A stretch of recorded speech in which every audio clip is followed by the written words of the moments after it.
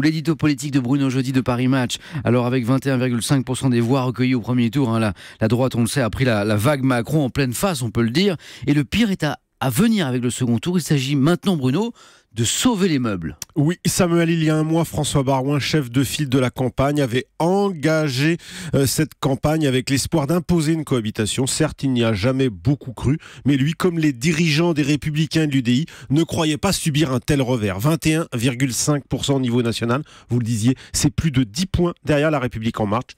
Le match est donc plié. La droite encaisse son plus mauvais score de la 5e, à l'image de son pire résultat à la présidentielle avec la terrible élimination de Fillon. 20%, faut-il le rappeler. D'ici dimanche, la droite va donc tenter de sauver les meubles. Les projections prévoient un groupe LR-ULDI de 85 à 120 sièges, c'est-à-dire 2 fois moins que dans l'Assemblée sortante. Et ça pourrait être pire. Vous voulez dire, Bruno, que la droite pourrait boire le calice jusqu'à la lie, hein ? Absolument. Après avoir achevé le PS dimanche dernier, Emmanuel Macron s'apprête à briser la droite. À Matignon, les projections en sièges sont bien plus pessimistes.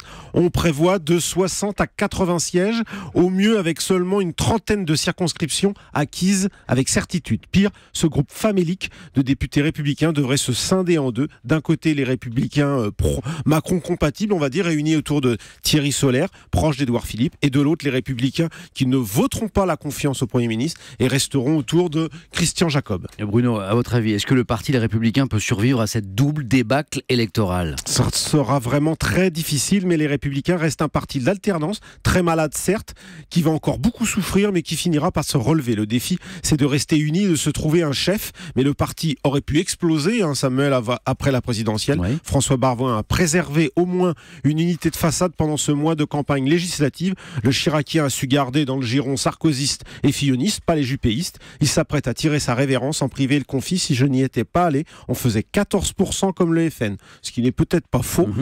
Cela étant, le chantier est énorme. La droite va devoir se réinventer et ça prendra beaucoup de temps. Les Républicains en pleine crise. Merci beaucoup Bruno, merci beaucoup Axel. Bonne journée à tous les deux, bonne journée à tous. Prenez bien soin de vous, c'est important.